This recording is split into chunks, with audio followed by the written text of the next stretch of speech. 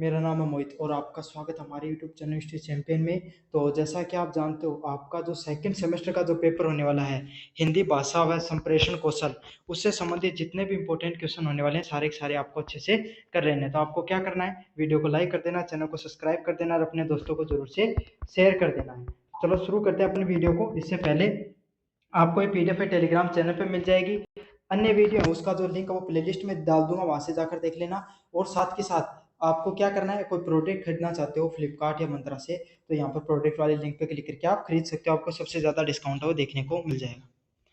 पहला प्रश्न है, हिंदी भाषा के विभिन्न रूपों राष्ट्रभाषा, राजभाषा, संपर्क भाषा एवं मानक हिंदी की व्याख्या कीजिए। तो हिंदी भाषा के जो अलग अलग रूप देखने को मिलते हैं आपके सामने, राष्ट्रभाषा, राजभाषा व संपर्क भाषा में, उसकी आपको क्या करनी है, व्याख्या करनी है। तो हम जानते हैं कि जो आपके सामने जो हिंदी है वो एक हिंदी हमारे सिर्फ भारत देश में अलग अलग क्षेत्रों में बोली जाती है। और जैसे जब हिंदी की शुरुआत होती है वो संस्कृत से निकलकर फिर पाली, प्राकृत जैसी भाषाओं से नीचे छठती छठती कहाँ तक पहुंचती है, हिंदी का जो वास्तविक रूप है वो निकलकर आता है। तो एक हिंदी है, और उससे फिर अनेक अनेक प्रकार की क्षेत्रीय भाषाएं वो आपको देखने को मिलती हैं। तो हिंदी की अगर अपन बात करें तो एक प्रकार के विशाल वृक्ष के समान है, जिसकी अनेक शाखाएं हैं और वो अनेक अनेक रूपों में फैली हुई है।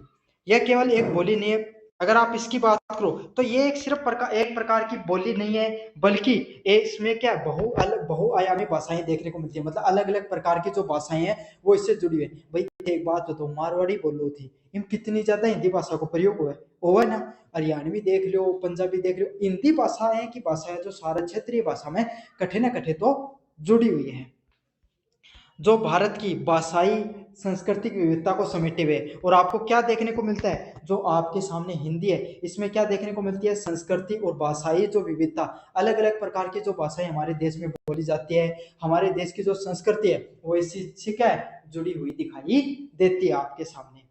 तो इसके जो विभिन्न रूपों को समझना और उसकी व्यापक को समझना, जैसे अगर आपको इसके समझ लेते हो तो इसके जो अलग अलग रूप हैं वो उसको भी आप समझ जाते हो। पहला प्रश्न है, राष्ट्रभाषा। भारत का कोई एक ऐसी घोषित राष्ट्रभाषा नहीं है, लेकिन हिंदी को अक्सर हम सम्मान से नवाजा जाता है। क्यों राष्ट्रभाषा? तो कानूनी रूप से हमने इसको नवाजा नहीं है राष्ट्रभाषा के रूप में हिंदी को, लेकिन भारत में सबसे ज्यादा बोली जाने वाली भाषा कौन सी है, हिंदी है। तो इसको हम क्या मान लेते हैं, एक प्रकार की राष्ट्रभाषा के रूप में भी जान लेते हैं। राष्ट्रभाषा का विचार किसी भी राष्ट्र की संस्कृति और पहचान दिलाने वाली भाषा से जुड़ा होता है। तो राष्ट्रभाषा क्या होती है भाई, ऐसी भाषा जैसे चीनी भाषा, अंग्रेजी भाषा, फ्रेंच भाषा, आपके सामने अमेरिकन लैंग्वेज, जो भी इटालियन लैंग्वेज, तो कोई भी लैंग्वेज है उसको किस रूप में देखते हैं, उस देश की जो राष्ट्रीयता होती है, उस देश में क्या क्या कैसे लोग रहते हैं उसके रूप में देखा जाता है। ऐसे ही हिंदी का नाम आते क्या समझ में आता है, इंडिया या हिंदुस्तान शब्द है वो आपके, या भारत शब्द हमारे दिमाग में आता है। ये क्या दिखाता है, हमारी हमारे राष्ट्र की संस्कृति को भी दिखाता है। वह भाषा जो देश की एकता का प्रतीक है और भावनात्मक रूप से लोगों को जोड़ती है। तो आपके सामने भाषा क्या है, जो क्या करती है, देश के एकता का, सभी लोगों को एक रूप में दिखाने का प्रयास करती है और लोगों को भावनात्मक रूप से प्रेम के रूप में एक दूसरे से जोड़ने का प्रयास करती है। तो मतलब लोग भावनात्मक रूप से इससे जुड़े होते हैं। हालांकि संविधान ने किसी भी भाषा को राष्ट्रभाषा का दर्जा दे दिया है, लेकिन संविधान में किसी भी भाषा को क्या नहीं कहा, राष्ट्रभाषा के रूप में नहीं जाना है। फिर भी हिंदी को उसकी अपनी भौगोलिक व सामाजिक व्यापकता के कारण इस पद की सार्वभौमिक दावेदार, लेकिन सबसे ज्यादा बोली जाती है, इसीलिए इसको क्या कहा गया है, आपके सामने राष्ट्रभाषा के रूप में जाना गया है। राजभाषा, तो संविधान के अनुच्छेद नंबर 343 में हिंदी को भारत संघ की राजभाषा, ऑफिशियल लैंग्वेज, ऑफिशियल लैंग्वेज क्या होती है, नाम से समझो, ऑफिस प्लस लैंग्वेज, राज के भाषा, राज के जो ऑफिशियल काम होते हैं, ऑफिस के जो भी काम होते हैं वो हिंदी भाषा में भी किए जाते हैं। राजपत्र के जो भी कार्य होते हैं वो हिंदी भाषा में भी किए जाते हैं। यह वह भाषा है जिसका प्रयोग सरकारी कार्य, प्रशासनिक, पत्राचार और संसद में किया जाता है। तो ये इस प्रकार की भाषा है जिसका कार्य अलग अलग प्रकार के जो प्रशासनिक कार्य हो गए, प्रशासनिक पत्राचार हो गए और संसद वगैरह में भी किया जाता है। अंग्रेजी के साथ साथ हिंदी का प्रयोग भी सरकारी कामकाज में अनिवार्य है। और क्या बताया गया है, अंग्रेजी के साथ साथ हिंदी है उसका उपयोग भी सरकारी कामकाज में किया जाता है। तो भारत के संवैधानिक शक्ति या प्रासंगिकता प्रदान करती है। मतलब हिंदी भाषा को एक प्रकार की शक्ति प्रदान करने का कार्य राजभाषा के रूप में किसका है? संविधान का है। संविधान इसको शक्ति प्रदान करता है। संपर्क भाषा, संपर्क भाषा कौन सी होती है? वह भाषा जो दो या दो से अधिक भाषाओं या समुदाय से जुड़ी होती है। तो आपके सामने ये हिंदी है, उसको संपर्क भाषा के रूप में भी जाना जाता है। क्यों? क्योंकि एक से अधिक, दो या दो से अधिक जो भाषाएं होती हैं उससे भी जुड़ी होती है। हिंदी को भारत के विभिन्न राज्यों में बखूबी निभाई जाती है, बोली जाती है। तो आपको पता है हिंदी भारत के अलग अलग राज्यों में बखूबी रूप से बोली जाती है। हर राज्य में इसको अच्छे से बोला जाता है। खास करके गैर हिंदी भाषी क्षेत्रों में सबसे ज्यादा कहाँ पर बोली जाती है? जहां पर हिंदी कम बोली जाती है। जैसे वहां के लोग व्यापार के लिए, पर्यटन के लिए, व सामाजिक संबंधों के लिए किसका प्रयोग करते हैं? हिंदी का प्रयोग करते हैं। तो हिंदी का प्रयोग अलग अलग रूपों में, अलग अलग संस्कृति में व्यापार करने के लिए। अब आप एक बात सोचो, आप क्या आपके क्षेत्र से निकलकर कहां पर चले गए? जयपुर में चले गए या कोई शहरी क्षेत्र में चले गए, आपको कोई भाषा नहीं समझ में आई, आपने हिंदी बोल दी, वो आपकी लोकल लैंग्वेज नहीं समझ पाएंगे, लेकिन आपकी हिंदी लैंग्वेज है वो समझ पा जाएंगे। समझ में आ गया? तो हिंदी का जो व्यवहार है वो क्या है? लोगों से व्यवहारिक रूप से जुड़ी हुई है। तो आपके सामने हिंदी है वो सभी लोगों से क्या है? व्यवहार की भाषा है, आम जन की भाषा है, हर व्यक्ति उसको समझ सकता है। मानक हिंदी कौन सी होती है? मानक हिंदी का वह प्रशिक्षित व वैज्ञानिक रूप से जो शिक्षा, साहित्य, मीडिया व सरकारी कामकाज के प्रयोग में किया जाता है। तो मानक हिंदी क्या होता है? स्टैंडर्डाइज हिंदी। तो स्टैंडर्डाइज हिंदी क्या होती है? ऐसी हिंदी जो जिसमें आपको शुद्धता की ज्यादा मात्रा देखने को मिलती है, जिसमें क्षेत्रीयवाद का कम भावना देखने को मिलेगी। जहाँ आप कदे कदे मैं पढ़ा तो मारवाड़ी में पढ़ाओ ना, जो या नहीं, शुद्ध भाषा को एकदम प्रयोग करो जाए। चाहे कोई समाचार पत्र हो, सरकारी कामकाज हो, या फिर कोई मीडिया हाउस हो, उठे सबको प्रयोग किया जाए। यह हिंदी की अनेक खड़ी बोली ब्रज भाषा अवधि से विकसित हुई। और यह किस प्रकार की भाषा है? जो अलग अलग प्रकार की जो बड़ी, मतलब भाषा की जो उपभाषाओं की भी जो बड़ी शाखाएं हैं उससे बनती है। जैसे कि खड़ी बोली हो गई, आपके सामने ब्रज भाषा हो गई, अवधि भाषा हो गई, इन सबसे इसका निर्माण हुआ है। समझ में आ गया? तो ये क्या है? इस प्रकार की भाषा, ये जो हिंदी भाषा है उसको राष्ट्रीय पहचान देने का भी कार्य करती है। अब बात करेंगे यूनिट नंबर प्रश्न नंबर 2 की तरफ। राष्ट्रीय एकता के संदर्भ में हिंदी भाषा के महत्व पर चर्चा कीजिए। तो राष्ट्रीय एकता मतलब लोगों की जो एकता के रूप में जो राष्ट्रीय भाषा है उसका क्या महत्व होता है, इसके बारे में आपको बताना है। तो आपको पता है भाषा होती है वो कोई भी राष्ट्र हो गया, कोई भी देश हो गया, उसके लिए क्या होती है? उसकी आत्मा की तरह होती है। समझ में आ गया भाई? एक बात बताऊं, मैं कोई भी व्यक्ति है वो जब आपकी भाषा बोलता है तो आपको अपने जैसा फील होता है कि भैया तो आप ही आदमी है। क्यों?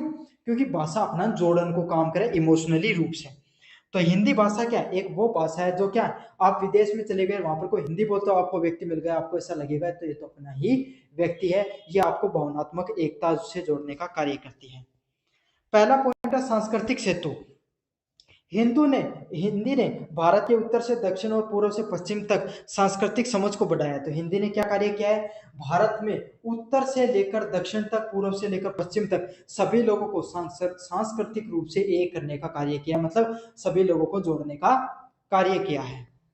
सिनेमा और संगीत जैसे लोकप्रिय माध्यमों ने हिंदी को देश को हर घर तक पहुंचाया।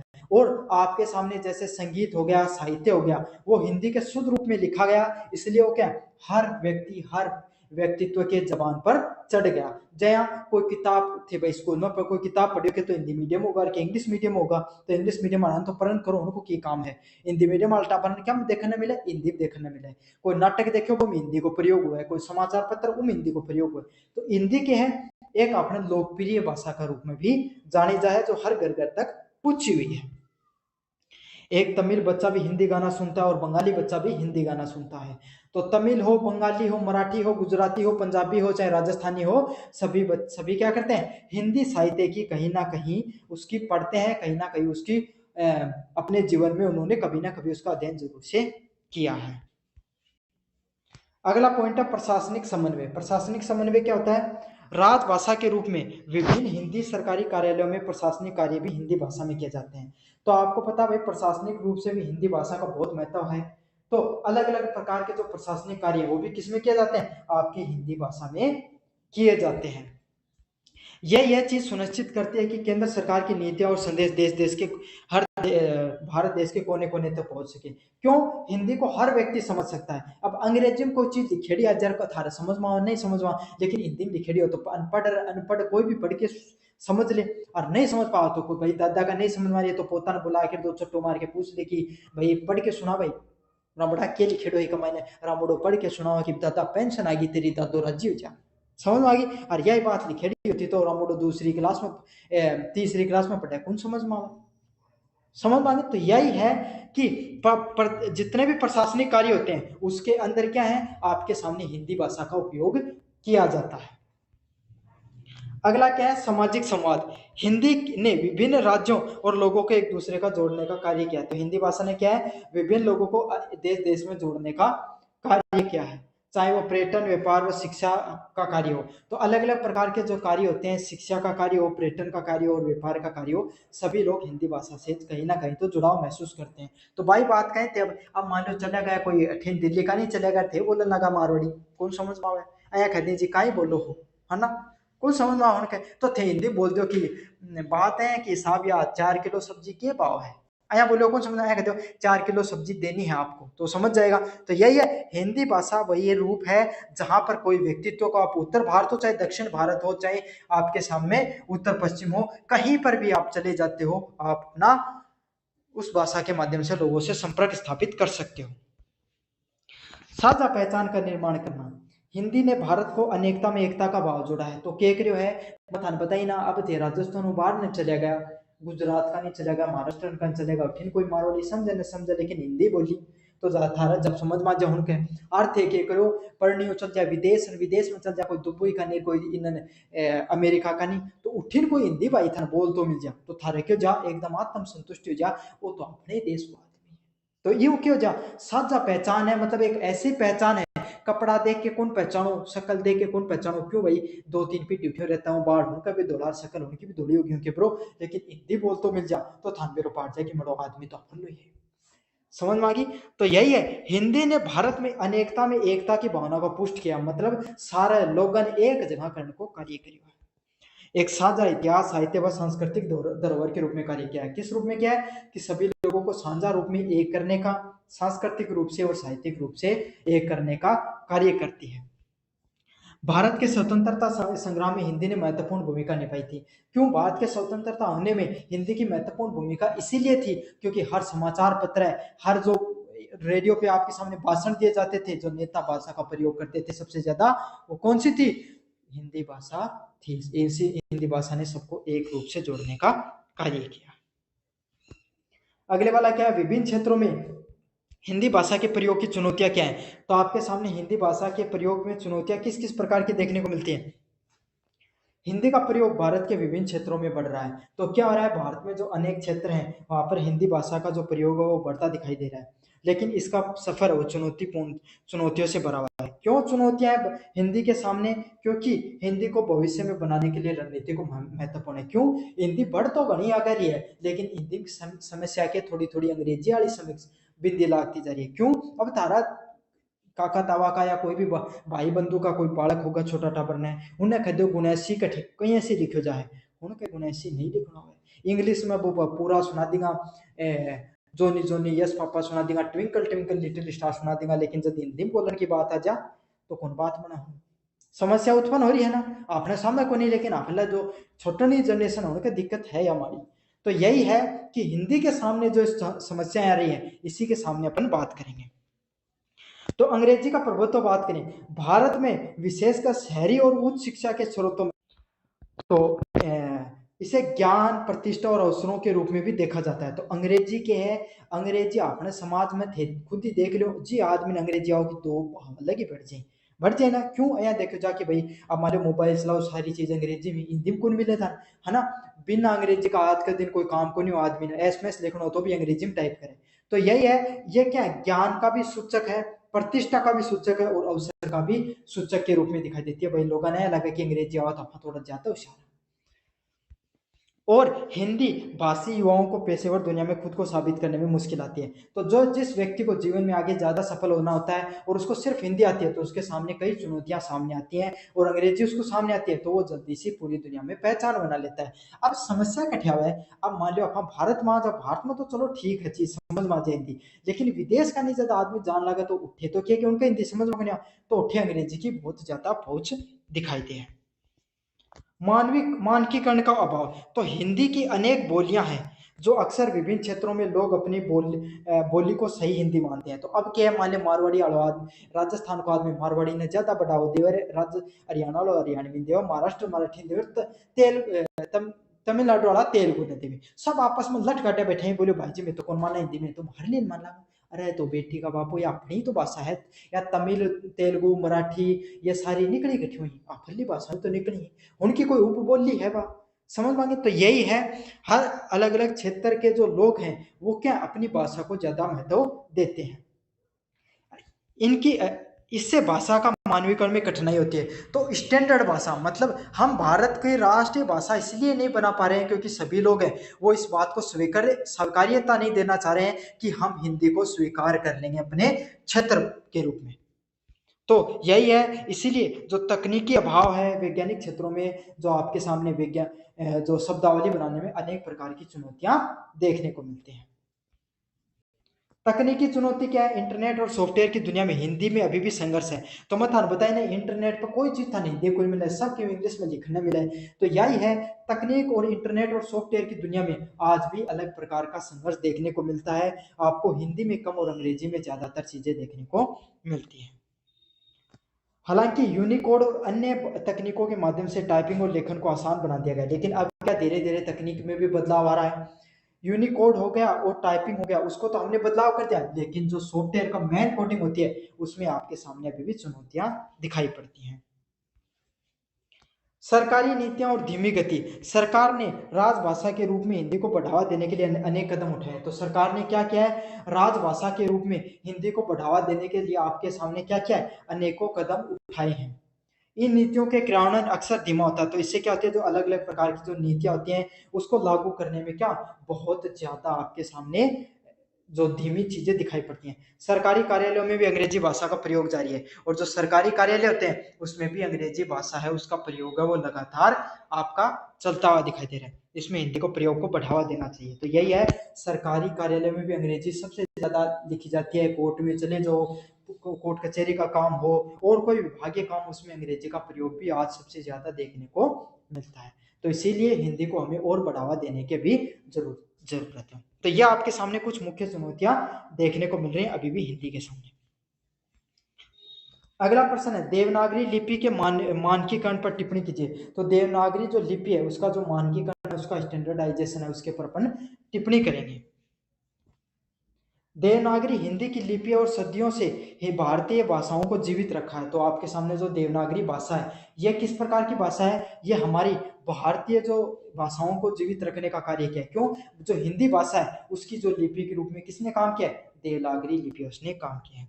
इसकी व्यापकता के कारण कुछ असमानता आ गई, लेकिन इसमें जो कुछ कमियां थी, जो उसकी जो इतनी बड़ी थी उसमें उसके कारण क्या हो गई, कुछ असमानताएं भी देखने को मिलती हैं। और इन असमानताओं को देने के लिए, दूर करने के लिए क्या क्या का देवनागरी का मानकीकरण स्टैंडर्डाइजेशन करने का प्रयास किया गया, और ताकि इसको क्या अधिक वैज्ञानिक और सुव्यवस्थित बनाया जा सके, ताकि इसको और स्टैंडर्डाइज बनाया जा सके और सुव्यवस्थित तरीके से बनाया जा सके। मानकीकरण की मानकीकरण की आवश्यकता। देवनागरी का मानकीकरण इसलिए आवश्यक था ताकि भाषा में एक रूपता आ सके। तो आपके सामने जो देवनागरी भाषा है उसका स्टैंडर्डाइजेशन करना इसलिए भी जरूरी था, क्यों, ताकि भाषा में एक रूपता आ सके, लोग हैं वो क्या एक रूप से सारी चीजों को अच्छे से समझ सके। अलग अलग क्षेत्रों में एक ही अक्षर को अलग अलग तरीके से लिखा जाता है। तो आप पंजाबी में लिखते हैं तो अलग लिपि है, मारवाड़ी की अलग लिपि है, आपके सामने मराठी गुजराती की अलग लिपि है, उनको लिखने का तरीका अलग है ना, जैसे ऐसा लिखा जा गया, कुछ चीजें ऐसे लिखी गई। तो यही है कि अक्षरों को लिखने का तरीका अलग अलग हो जाता है अलग अलग लिपियों में। प्रयास की बात करें, किस तरीके के प्रयास किए गए, इस दिशा में सबसे महत्वपूर्ण प्रयास है वो कहां से किया गया, भारत केंद्रीय हिंदी निर्देशालय द्वारा 1966 में किया गया। तो सबसे पहले प्रयास कहां पर किया गया, हिंदी केंद्रीय निर्देशालय द्वारा 1966 में सबसे पहला प्रयास किया गया, जहां पर अक्षरों और शब्दों को लिखने के लिए कुछ निश्चित नियम किए गए। तो 1966 में हिंदी जो आपके सामने निर्देशालय, उसने क्या किया, जो लिखने की जो चीजें हैं उनको फिक्स भाषा में स्टैंडर्ड करने में, एक फिक्स टाइप की चीजें करने में प्रयास किया गया। मात्राओं की बात करें, मात्राओं का प्रयोग को मान्यकृत किया गया है। तो जैसी जैसी मात्राएं प्रयोग की जाती हैं, भाई लोग अपने अपने हिसाब से, मर्जी के हिसाब से अलग अलग बोलियों में मात्राओं में बदलाव करने लगे, तो उसको भी क्या किया गया, एक फिक्स स्टैंडर्ड का बनाने का प्रयास किया गया, जिससे वो शब्दों को सही ढंग से जोड़ सके, जिससे क्या हुआ, लोग अपने सही ढंग से चीजों को जोड़ सकें। अगला क्या है, अक्षरों का क्रम। वर्णमाला में अक्षरों के क्रम को भी निश्चित किया गया, और वर्णमाला में क्या किया गया, जो अक्षरों के जो क्रम है उनको फिर से निश्चित किया गया कि भाई सही सही ढंग से वर्णमाला में अक्षरों का क्रम ये हो, पहले नंबर पे ये आएगा, दूसरे पे आएगा, तीसरे नंबर पर ये आएगा। अगला क्या है, हलंत और शीर्ष रेखाएं। हलंत व शीर्षरेखाएं का उपयोग मान्यकृत किया गया ताकि लिखने में स्पष्टता आ सके। तो यही है, जो हलंत होता है आपके सामने, हलंत हो गया, विसर्ग हो गया, उनका भी प्रयोग किया गया ताकि लिखने में जो चीजें होती हैं वो और स्पष्ट रूप से आपके सामने दिखाई दे, तो चीजों को स्पष्ट रूप से लिखने का प्रयास किया गया। प्रभाव की बात करें, मानकीकरण में देवनागरी की तकनीकी युग में तैयार किया गया है। तो जो स्टैंडर्डाइजेशन किया गया है हिंदी का, वो कब किया गया है, इस जो आज का समय है, तकनीकी युग है, उसमें किया गया है। आज कंप्यूटर व मोबाइल फोन पर आसानी से चीजें लिखी जा सकती हैं, और आज के समय आपके सामने जो कंप्यूटर और जो मोबाइल फोन होता है उस पर चीजें आसानी से लिखी जा सकती हैं। इससे हिंदी की प्रिंटिंग और प्रकाशन की प्रक्रिया आसान हो गई। तो इससे क्या हो गया, आपके सामने जो हिंदी की प्रिंटिंग और प्रकाशन है वो भी बहुत आसान हो गया है। हिंदी का व्यवहारिक लेखन कौशल पर महत्व। तो हिंदी का जो व्यवहारिक लेखन कौशल है उस पर क्या महत्व होता है, इसको देखेंगे अपन। तो क्या होता है, व्यवहारिक लेखन कौशल का अर्थ है किसी विशेष उद्देश्य के लिए स्पष्ट प्रभावी लेखन करना। तो व्यवहारिक लेखन कौशल का क्या है कि अच्छे से प्रभावी ढंग से चीजों को लिखना, उसको प्रभावी हिंदी लेखन के नाम से जाना जाता है। हिंदी के इन कौशल का महत्व बहुत अधिक है, और जो हिंदी के जो लेखन देखने को मिलते हैं इसका बहुत अधिक महत्व भी है, क्योंकि हम पेशेवर और व्यक्तिगत जीवन में सफलता प्राप्त करने में मदद करता है। भाई कोई आदमी की राइटिंग शुरू हो, सब आदमी बढ़िया लगा लिखा जाके कहा यार बहुत जोर की शुरू पर राइटिंग रहती है, मन नहीं देते सुनन माई। तो यही है, कोई व्यक्ति का लेखन शैली बढ़िया है, या फिर उसका जो प्रभावी ढंग से अपनी बातों को कहने का तरीका है, लिखने का, दर्शाने का तरीका है, वो भी खूबसूरत होता है, तो लोगों को उसकी बात से और ज्यादा प्रभावित होते हैं। स्पष्टता और प्रभावशालीता। व्यावसायिक और गैर काम सरकारी कामकाज में स्पष्टता बहुत महत्वपूर्ण है। तो भाई सरकारी कामकाज करे तो यहाँ को नहीं कि आपका भाईलान कोई पत्र लिख रहे हो, मैं पत्र लिख दे, सरकारी काम तो सरकारी हिसाबों है, उन सरकारी भाषा को प्रयोग करो जा, तो उसमें क्या स्पष्टता होनी बहुत ज्यादा है, क्योंकि एक छोटी सी कंफ्यूजन बहुत बड़ी समस्या को विकट परिस्थिति को दिखा सकते हैं। एक अच्छे से तरीके से लिखा गया पत्र या ईमेल विचारों को सही ढंग से पहुंचाता है। तो एक अच्छे से अगर कोई पत्र को लिखा गया, अगर कोई ईमेल को लिखा गया, वो क्या करता है, आपके विचारों को सही से सही ढंग से दुनिया के सामने रखता है, या जनता के सामने रखता है। पेशेवर विश्वसनीयता। जब आप हिंदी को अच्छी तरीके से जान जाते हो तो ये आपकी पेशेवर विश्वसनीयता को बताता है। तो ये किस चीज को बताता है आपके सामने, जैसे आप हिंदी को और गहराई से पहचानने लगते हो, अच्छे से लिख लगते हो, तो ये आपकी पेशेवर विश्वसनीय को बढ़ाता है। पेशेवर रूप से आप और मजबूत होने लगते हो। आपकी कंपनी हो गई, आप बॉस हो कोई कंपनी के, या फिर कोई कहीं पर विद्यालय में शिक्षक हो, कहीं पर भी हो, आपकी अगर लेखन शैली बेहतर है, आपके बोलने का ढंग प्रभावशाली है, तो आपकी पेशेवर दुनिया में और ज्यादा पहचान हुई। क्यों अया खदी भाई जी उन फलानिया ने बुला के लोगों की राइटिंग बहुत शुरू पे वो लिखा है बहुत जोर को पत्थर, तो वो लिखाओ वो काम बन जाओ, तुरंत उन लिखने को बहुत जोर को बेरो है। समझ में आ गई, तो होगी ना उनकी पेशेवर रूप से पहचान, पूछ होगी भाई थोड़ी। सही रूप और शैली। व्यवहारिक लेखन के विभिन्न रूप होते हैं, जैसे पत्र लिखना, रिपोर्ट लिखना, और प्रेस विज्ञप्ति और ईमेल। तो आपके सामने जो व्यवहारिक लेखन होता है, जो उसके अलग अलग प्रकार के क्या रूप होते हैं, जैसे आपने कोई पत्र लिखा, आपने कोई रिपोर्ट लिखी, और आपने प्रेस और कोई ईमेल पर कोई चीजें लिखी, तो आपके सामने जो व्यवहारिक लेखन होता है उसके अलग अलग रूप देखने को मिलते हैं, जिसमें पत्र लेखन मुख्य हो गया, रिपोर्ट लेखन हो गया, प्रेस विज्ञप्ति हो गई, और ईमेल है वो अलग अलग प्रकार के मुख्य रूप से देखने को मिलते हैं। इन सभी रूपों की एक विशेष शैली होती है, और ये जितने भी रूप देखने को मिलते हैं इनकी एक विशेष प्रकार की शैली भी देखने को मिलती है आपके सामने, जिसका पालन करना जरूरी होता है। और आपके सामने क्या है, इन सभी शैली है, सही चीजों को लिखने का पालन करना भी जरूरी है। मान लो क्या है कि जवाब सही लिख के हो जाए ना गड़बड़ उठे, है ना, तो यही है सही तरीका से चीजें लिखना जरूरी है। सरकारी व कानूनी कामकाज। तो सरकारी विभाग और कानूनी क्षेत्रों में हिंदी की अच्छी तरीके से समझने की क्षमता होना बहुत जरूरी है। क्यों, कानूनी कार्य को धारा लगानी 144 लिख दी 145 होगी, समस्या बेचारा सजा होनी चाहिए 1 साल की होगी 5 साल की, तो अया नहीं होना चाहिए। अपना उस चीज को अच्छे से ज्ञान होना चाहिए, अच्छे से समझ होनी चाहिए, लिखन को तरीकों भी सुस्पष्ट होना चाहिए। कुछ प्रमुख पत्र लेखन। तो सरकारी और व्यवहारिक पत्र लिखने की कला में आपके सामने जो आपके अंदर कला होनी चाहिए पत्र लेखन में काफी काम आती है। रिपोर्ट लेखन में, तो किसी परियोजना घटना या आप रिपोर्ट लिखते हैं तो उस समय भी आपको काफी बार आपको हिंदी में लिखना वो काफी मददगार सिद्ध होता है। प्रेस विज्ञप्ति, मीडिया के लिए आधिकारिक अगर कोई बयान वगैरह लिखते हो तो उसमें भी आपको काफी मददगार सिद्ध होती है। ईमेल लेखन, व्यावसायिक लेखन में जो ईमेल लिखते हो उसमें भी आपको काफी हेल्प होती है। तो यह आपके सामने जो पूरा का पूरा हिंदी भाषा व संप्रेषण कौशल से संबंधित जो पेपर था मैंने सारा का सारा आपको करवा दिया है। धन्यवाद।